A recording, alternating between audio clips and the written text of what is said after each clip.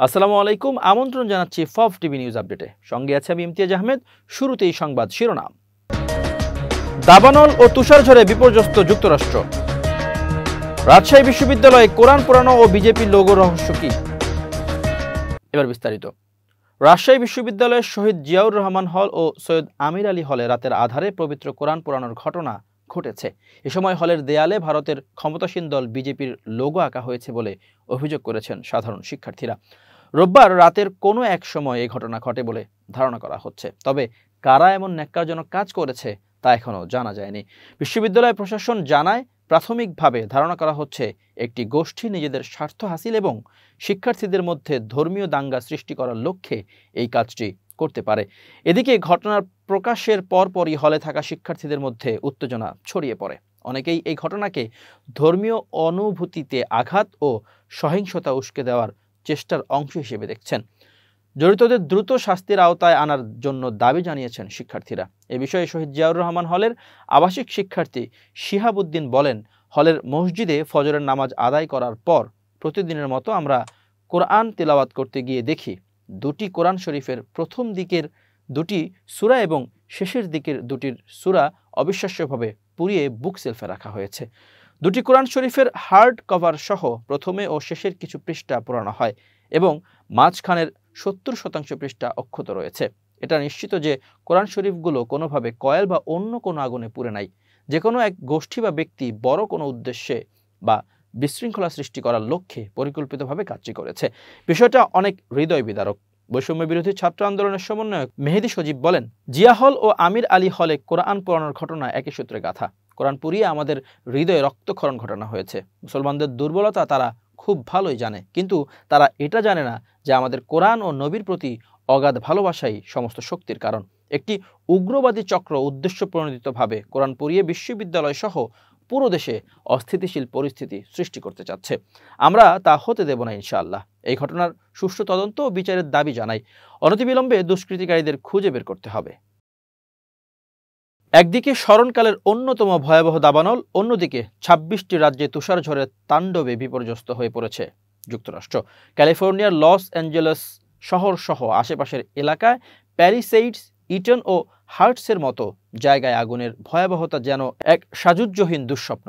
আগুনের আগ্রাসনে পুড়েছে হাজার হাজার একর জমি, গৃহস্থালী সহ বনজ সম্পদ। আরেকদিকে যুক্তরাষ্ট্রের উত্তর পূর্বাঞ্চল ও মধ্য পশ্চিমে শুরু হয়েছে তুষারঝড়, যার ফলে বিভিন্ন রাজ্যে 14 ইঞ্চি পর্যন্ত তুষারপাত হতে পারে। এ কারণে আরেকটি বিপর্যয় দেখা দিয়েছে। শীতের আগমনে স্বাভাবিক জীবনযাত্রা প্রায় থমকে গেছে। বহু মানুষকে গৃহবন্দী অবস্থায় দিন কাটাতে হচ্ছে। এমন কঠিন সময়ে জাতীয় আবহাওয়া দপ্তর সতর্কতা জারি করেছে একাধিক রাজ্যে, যেখানে প্রবল তুষারপাত ও শৈত্যপ্রবাহের কারণে বিপর্যয় হতে পারে। যুক্তরাষ্ট্রের ক্যালিফোর্নিয়ার লস অ্যাঞ্জেলেসে দাবানলে এখন পর্যন্ত মারা গেছে অন্তত 11 জন।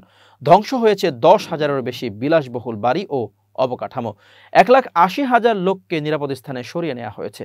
ক্ষতি হয়েছে 150 বিলিয়নেরও বেশি মার্কিন ডলারের। যুক্তরাষ্ট্রের ইতিহাসে অন্যতম ভয়াবহ এ দাবানলের মধ্যেই আবার চলছে লুটতরাজ।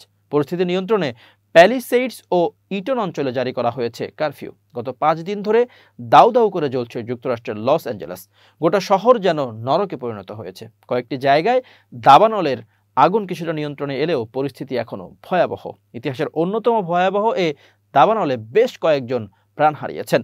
ধ্বংস হয়ে গেছে 10,000-এরও বেশি বাড়িঘর। এখনও বাসিন্দাদের সরানো হচ্ছে নিরাপদ স্থানে।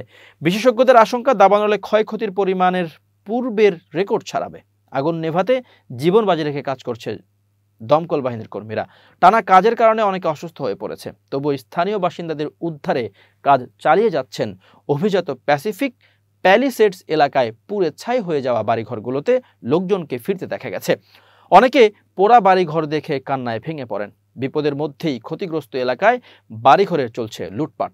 ইতোমধ্যে 20 জনকে গ্রেপ্তার করা হয়েছে। পরিস্থিতি নিয়ন্ত্রণে আনতে প্যালিসেডস ও ইটন সহ বেশ কয়েকটি এলাকায় কারফিউ জারি করেছে কর্তৃপক্ষ।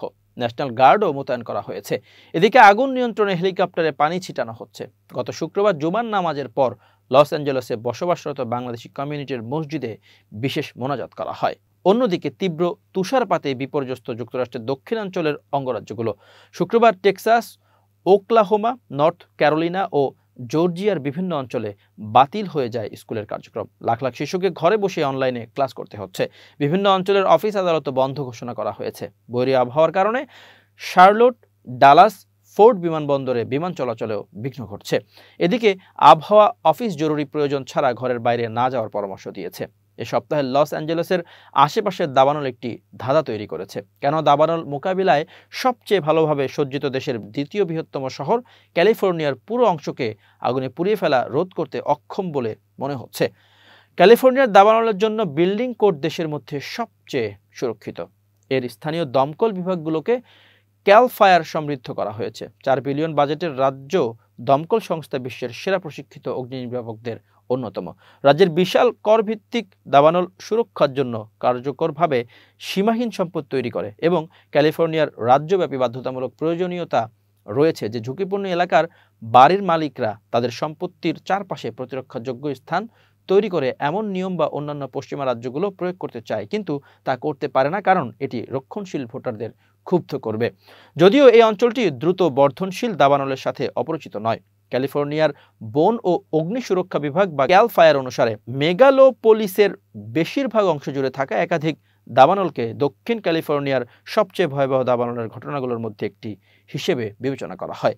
মাত্র 3 দিনে ম্যানহাটনের প্রায় দ্বিগুণ আকারে পুড়ে গেছে প্রথম এবং বৃহত্তম দাবানল লস অ্যাঞ্জেলেসের পশ্চিমে প্যালিসেইডসে ছড়িয়ে পড়েছে। প্রিয় দর্শক, শেষ করছি ফব টিভি নিউজ আপডেট। আজ এ পর্যন্তই। ভিন্ন খবর নিয়ে দেখা হবে অন্যদিন। নিজেকে আপডেট রাখতে সাবস্ক্রাইব করুন চ্যানেলটি। নিয়মিত লাইক, কমেন্ট ও শেয়ার করে ছড়িয়ে দিন সর্বত্র। সুস্থ থাকুন, নিরাপদে থাকুন। শুভেচ্ছা নিরন্তর।